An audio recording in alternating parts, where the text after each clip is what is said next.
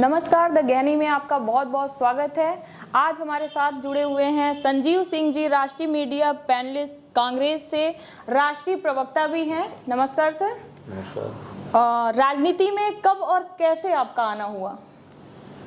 देखिए, राजनीति में मुझे लगता है कि देश का जो भी प्रबुद्ध वर्ग है जी, उससे वो अछूता नहीं रह पाता, क्योंकि सुबह की चाय आप लेते हैं और रात का खाना जब खाते हैं तो इस पूरे पीरियड में राजनीति तय करती है आपके चाय की कीमत क्या होगी, आपके खाने की कीमत क्या होगी, बच्चे की स्कूल की फीस क्या होगी, आपके दूध पानी सब्जी की कीमत क्या होगी। और देश में जो वर्तमान व्यवस्था है सब जगह राजनीति दिखती है। मेरा भी राजनीति से आना, क्योंकि मैं इलाहाबाद विश्वविद्यालय से मैंने पोस्ट ग्रेजुएशन किया और मैं विधि का छात्र रहा, लॉ ग्रेजुएट रहा, और आंदोलन के जरिए एक एक्टिविस्ट के रूप में राजनीति में मेरा आना हुआ।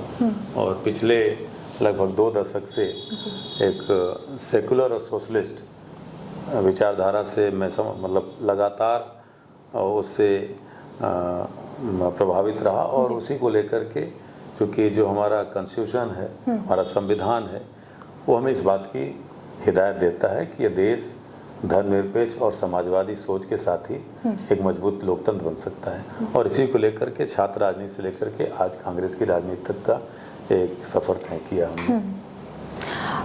वर्तमान राजनीति स्थिति पर आप क्या सोचते हैं?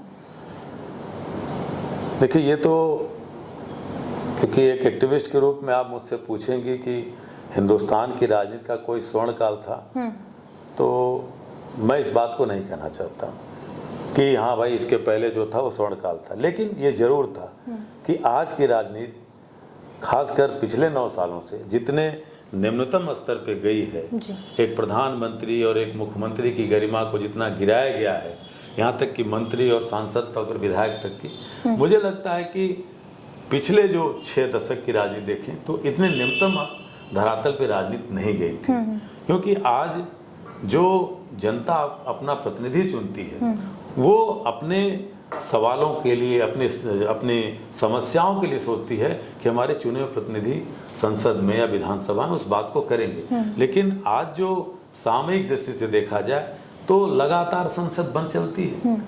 प्रधानमंत्री हो, मुख्यमंत्री हो, अगर उनके राज्य में उनकी सत्ता से संबंधित कोई सवाल खड़ा हो गया तो बात नहीं करना चाहते। तो और जिस तरह से भाषाई मर्यादा टूटी है, इसमें कहीं न कहीं अगर देखा जाए तो कुछ विपक्षी दल भी हैं, इसमें मैं कतई इससे गुरेज नहीं करता। लेकिन सत्ता का इस लोकतंत्र में एक महत्वपूर्ण स्थान होता है। सत्ता सुनने के लिए जिम्मेदार होती है, और इसीलिए लोकतंत्र वो तभी खूबसूरत बनेगा, मजबूत बनेगा, जब आप विपक्ष को सम्मान देंगे। आज विपक्ष को सम्मान ही नहीं है, और जिसको लेकर के विपक्ष के प्रति जिस तरह से भाषा स्वयं प्रधानमंत्री बोलते हैं, उत्तर प्रदेश के मुख्यमंत्री बोलते हैं, इससे लेकर के राजनीतिक जो गिरावट आई है पिछले 9-10 सालों में, इससे पहले कभी नहीं देखने को मिली थी। और इसको लेकर के आप देखिए कि हुआ क्या है कि प्रबुद्ध तबके के लोग राजनीति में आना नहीं चाहते। नौजवानों की राजनीति ठप है। आज राजनीति में कौन आ रहा है?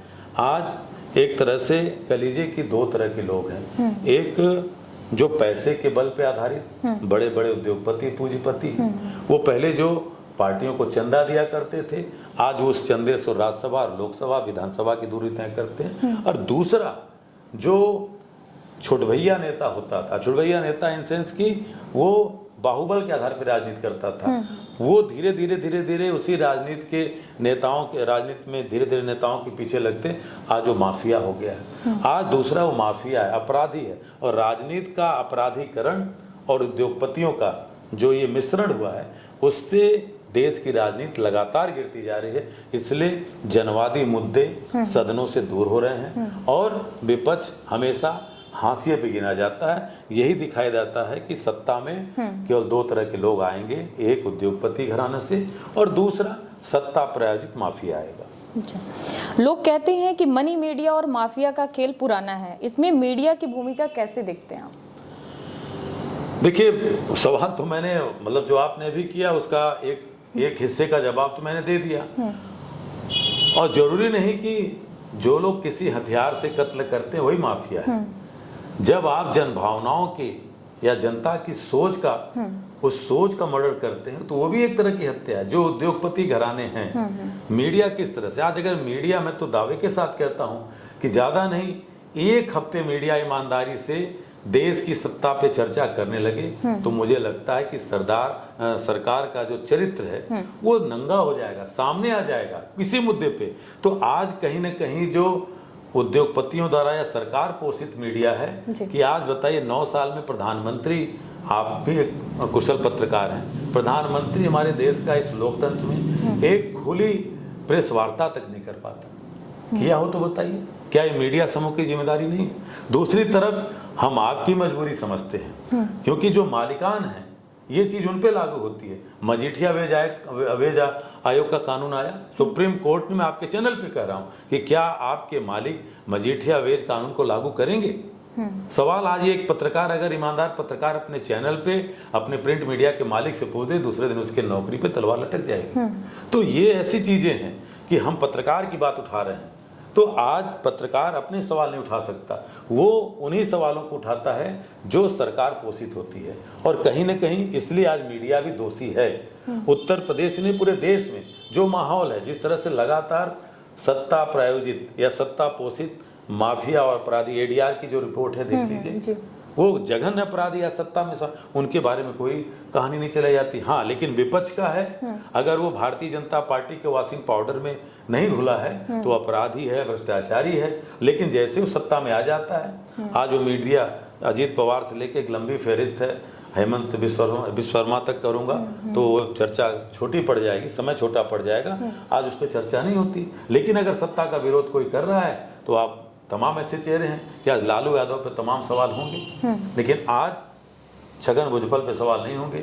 70,000 करोड़ का भ्रष्टाचार गिनाने वाले प्रधानमंत्री जी अजीत पवार को पता चला उप मुख्यमंत्री बना देते हैं। तो अब तो एक परिपाटी बन गई है कि आप जितने बड़े भ्रष्टाचारी रहे हो, जितने बड़े अत्याचारी रहे हो, अगर आप भारतीय जनता पार्टी को सपोर्ट करते हो तो आपके ऊपर कहीं न ईडी जाएगी, न सीबीआई जाएगी, न आईटी जाएगी, न कहीं भी पुलिस जाएगी किसी प्रकार की। तो ये एक जो स्वरूप है, मुझे लगता है कि सत्ता और विपक्ष तो अपने एक खेल में है, लेकिन मीडिया का काम निष्पक्ष होता था, वो पक्ष और विपक्ष से निष्पक्ष होने की भूमिका में रहता था। आज जो मीडिया अपना रोल ईमानदारी से नहीं अदा कर रहा है। सर्व सेवा संघ का मामला क्या है? सर्व सेवा संघ, मुझे लगता है कि आज प्रधानमंत्री जी ने राजस्थान में रैली के दौरान राष्ट्रपिता महात्मा गांधी का नाम दिया और कहा कि, उस पर बाद में आता हूं, कि जिस तरह से 1942 में क्विट इंडिया मूवमेंट शुरू हुआ था, तो अब जो हमारे कांग्रेस समर्थित विपक्षी दलों का जो 26 दलों का गठबंधन हुआ है, उसको हमने इंडिया नाम दिया। तो नाम दिया कि Indian national developmental inclusive association, तो ये इंडिया है अपना। तो इसको लेकर के अब उनको इतनी चिढ़ इंडिया से हो गई है, कहाँ वो मेक इन इंडिया, तमाम इंडिया करके चलाते थे। तो मुझे लगता है कि आज प्रधानमंत्री जी ने बोला कि क्विट इंडिया का नारा महात्मा गांधी ने दिया था। क्विट इंडिया के बारे में बाद में बताऊंगा, क्योंकि अगर कह दूंगा तो भारतीय जनता पार्टी के लोग मुंह नहीं दिखा पाएंगे। इनके जो सबसे बड़े नेता हुआ करते थे श्यामा प्रसाद मुखर्जी, वो जब हिंदू महासभा में थे, बाद में उन्होंने जनसंघ की स्थापना की, तो क्विट इंडिया का सबसे पहला विरोध श्यामा प्रसाद मुखर्जी ने जुलाई 1942 में किया, जब 9 अगस्त 1942 को क्विट इंडिया मूवमेंट शुरू हो रहा था। इसके बारे में मोदी जी क्या कहेंगे? इसलिए कहना चाहता हूं कि ये लोग कतई अंग्रेजों के खिलाफ नहीं थे। एक उदाहरण बता दीजिए जहां जनसंघ के लोग किसी भी आंदोलन में शामिल होकर के या आरएसएस के लोग शामिल होकर के अंग्रेजों का विरोध किए हों। आज महात्मा गांधी की उस विरासत को लेकर के जब 1948 में नाथूराम गोडसे ने महात्मा गांधी की हत्या की, तो उसके बाद गांधी के विचारों को प्रसारित करने के लिए सर्व सेवा संघ की स्थापना हुई राजघाट वाराणसी में। अब कौन लोगों ने किया?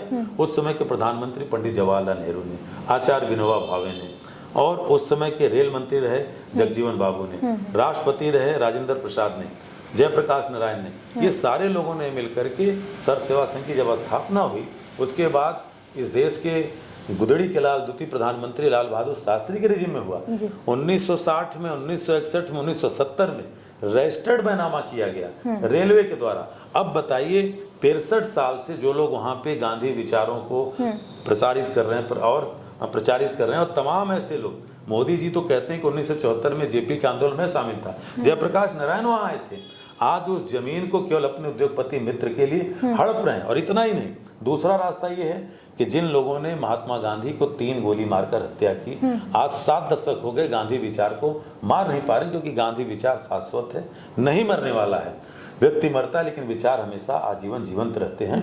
आज उस गांधी विचार को जमींदोज करने के लिए सर सेवा सिंह की जमीन को जमींदोज किया जा रहा है। और बताइए, न्यायालय पे सवाल है कि आज बताइए 3-3 जो रजिस्टर्ड बैनामा है, क्या आप बताइए कि मेरा घर है और मेरे भी पूर्वज यहाँ पे अगर इस जमीन को लेकर के मकान बनाए होंगे तो उसका एक रास्ता अख्तियार किया होगा, रजिस्टर्ड बैनामा कराया होगा। और कल को कोई कहते कि साहब ये फला की जमीन है, किसी की सत्ता आ जाए तो हमारा भी घर, हम कहाँ से लड़ पाएंगे।